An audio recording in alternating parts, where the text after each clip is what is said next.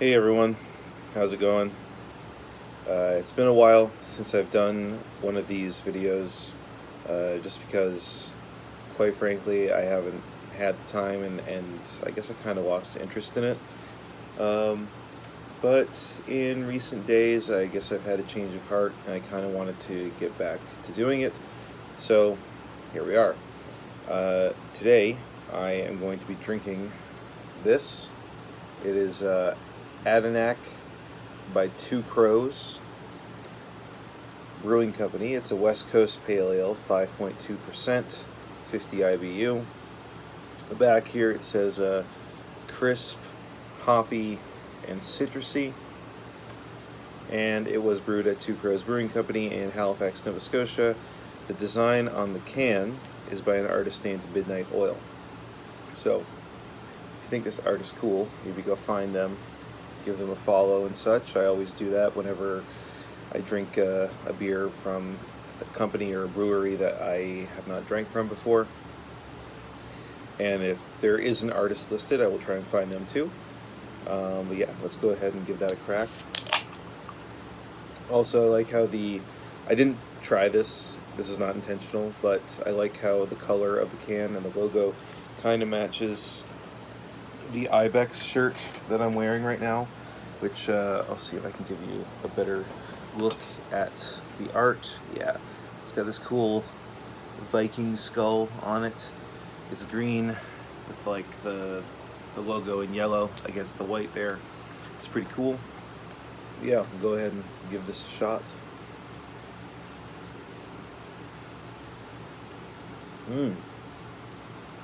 That's good.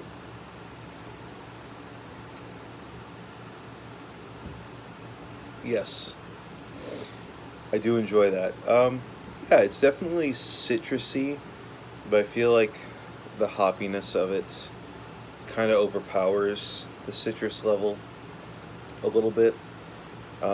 It's got almost like an evergreen sort of vibe to it, which maybe I'm just being subconsciously influenced by the color of the can's logo to think that, but I definitely detect a hint of that in here, so that's pretty good. But yeah, as is custom with these videos in this series, not just on here to drink beer, also on here to talk about topics that interest me. And I guess this is less of a topic that interests me, but more something I just feel like I want to talk about, which is the sudden, recent, and tragic passing of Brent Hinds from the band Mastodon. Anyone who knows me personally knows that Mastodon is one of my favorite bands. I absolutely love them. I adore them. They are phenomenal. I loved pretty much everything that they've ever done, with maybe the exception of their last record, Hushed and Grim. I thought the record was fine, but I did feel like it was pretty long and bloated and could have been, I don't know, I get that the idea for them was that they were trying to do a double album, which is cool. Sure, that's fine, but for me, I felt like, when you get to about an hour and a half, which is, I think, how long that record was, it kind of starts to lose me at around the hour point.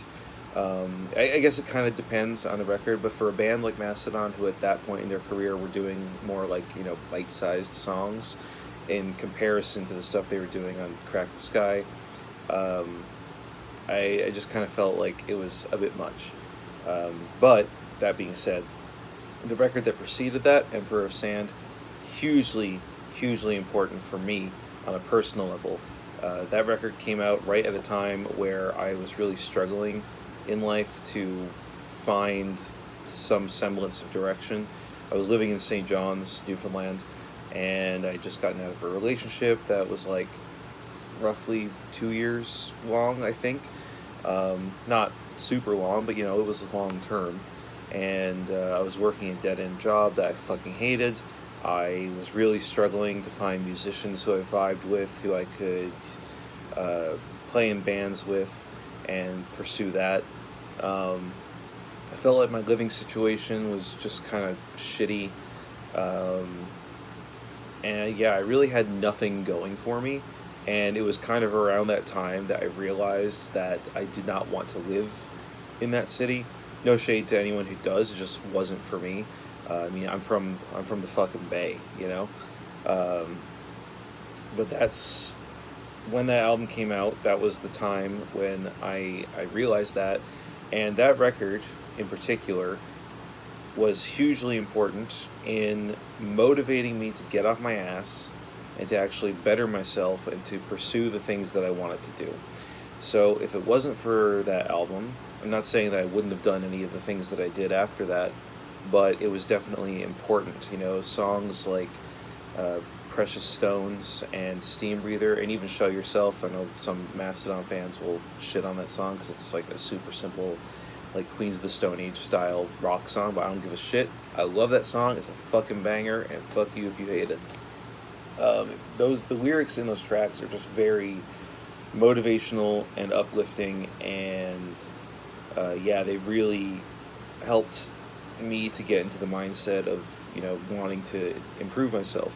Um, Aside from that, Mastodon was also one of the first progressive bands that I ever got into. Like when I first started getting into heavy music, I was really into bands like The Sword and let's see, like Judas Priest, Black Sabbath, like a lot of the classics, stuff from that era, as well as stuff from the 2000s that was a little bit more accessible. And Mastodon was one of the first bands that kind of opened my mind and expanded my brain and made me realize just like what could be done within this style of music. And obviously they're not the most progressive band out there. Like there are so many other bands who just on a pure like technical and songwriting and musicianship capability level are writing stuff that's just fucking far and away above anything that Mastodon has ever done. I'm talking, bands like, I guess Between the Buried to me would be a good example. Maybe if you want to get a bit more extreme, a band like Plotted Science, or Brain Drill, for good or ill, if you want to talk about them. But Mastodon has always been fantastic at songwriting and writing catchy hooks, and they all are absolute rippers on their respective instruments, whether you're talking about guitars, bass, drums, or even vocals. And one of the things about the vocals in Mastodon is the fact that you have three members of this band who are all contributing lead vocals. They may have differing amounts of what they're singing across the different records, but by the time I think, well, Braun first appeared on Crack the Sky, I believe, but by the time of Once More Around the Sun, it was basically Braun, Brent, and Troy contributing more or less equally across the record's runtime to vocals, and they all sound different, which is so unique for a band where you have everyone singing. You can immediately tell that's Troy, that's Brent, that's Braun. It's very obvious, and I think that's a huge part of what makes their music so unique and so interesting and so enthralling, is just the sheer variety that they bring to the table. Um, I was very lucky one time to meet some of the members of Mastodon after a show that they played here in Montreal. Unfortunately, I never got the chance to meet Brent. The other three members, Bill, Troy, and Braun, were hanging out outside by their tour bus, but Brent was still inside the venue. Um, I didn't want to, wait around and be like a creepy fan or whatever, but I did get a chance to talk to Troy very briefly just about um, how much the album Emperor of Sand meant to me, and he was a super nice guy, was very appreciative of the things that I had to say about the record, and he even gave me a big hug at the end of our conversation, which was super cool. And I also got a chance to tell Braun, that he was a super big influence on me as a drummer, that I looked up to him, and that he inspired me to want to push myself and to be better, and he took that very well. But yeah, I will always be a little bit sad that I never got a chance to meet Brent, even if it would have just been a very brief interaction.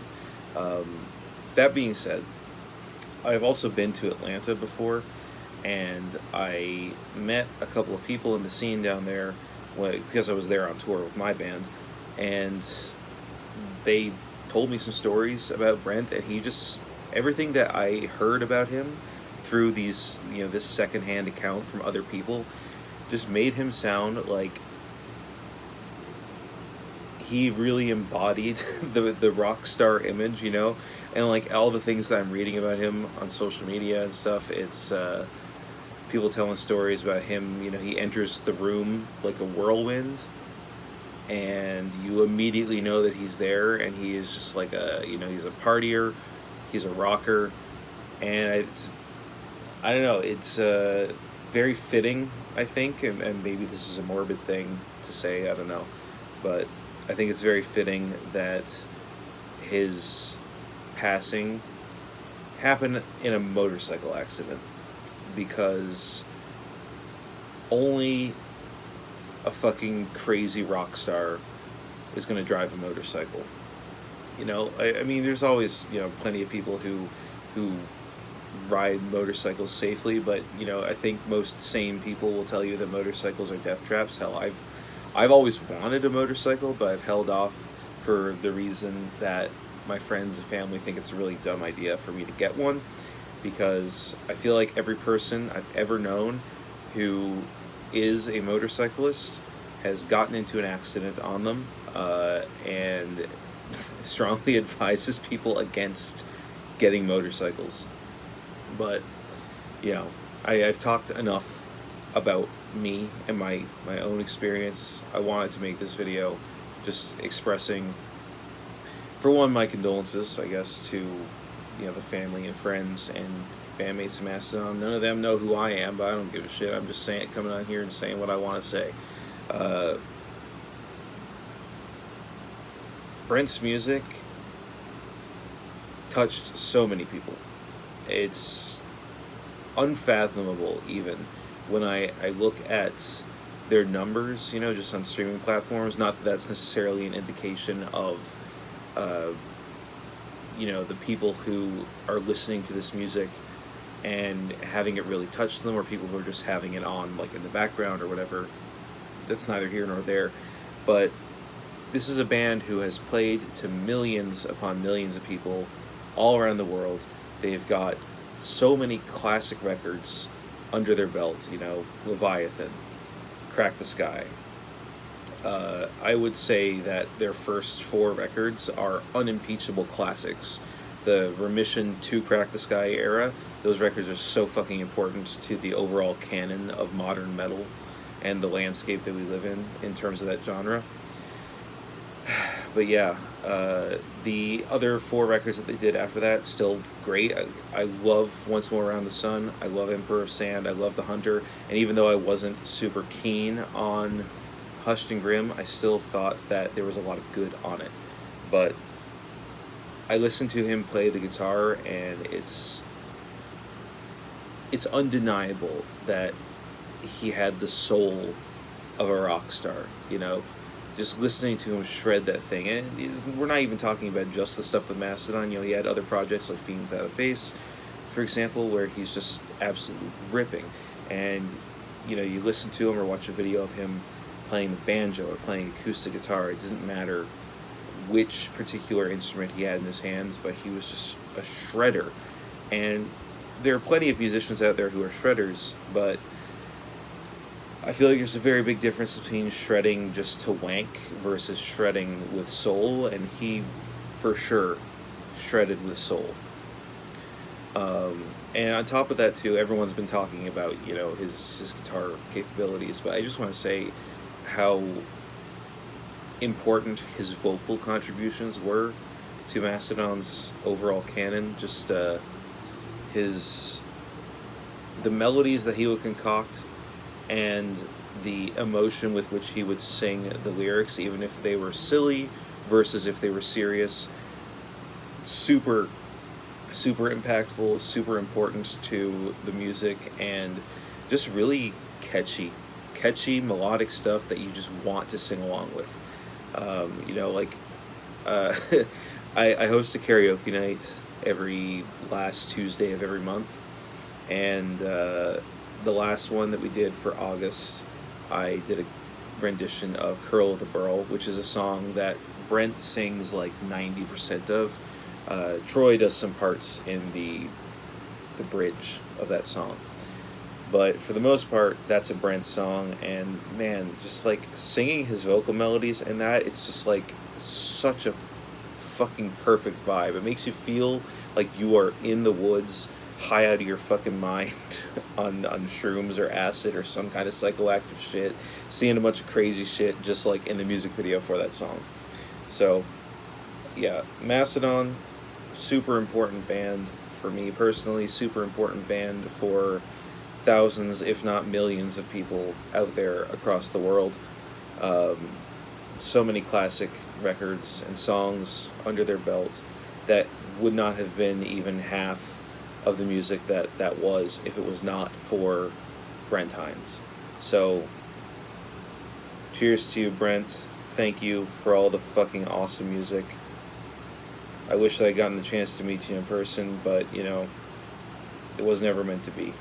So, maybe, if such a thing exists, we'll rock out in the afterlife. Peace out.